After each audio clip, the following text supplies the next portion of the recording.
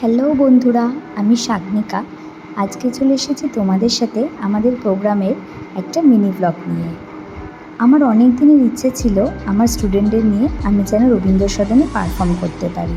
সেই স্বপ্ন সেদিন পূরণ হয়েছিল, তাই আমরা সবাই খুব আনন্দ পেয়েছিলাম। সত্যি জানো তো, নিজের মন থেকে কিছু চাইলে সত্যি সব পাওয়া যায়। নিজের উন্নতির দিকে তাই সবার মন দেওয়া উচিত।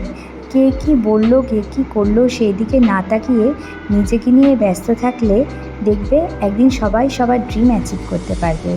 আজ একটু অনেকটাই বেশি জ্ঞান দিয়ে ফেললাম।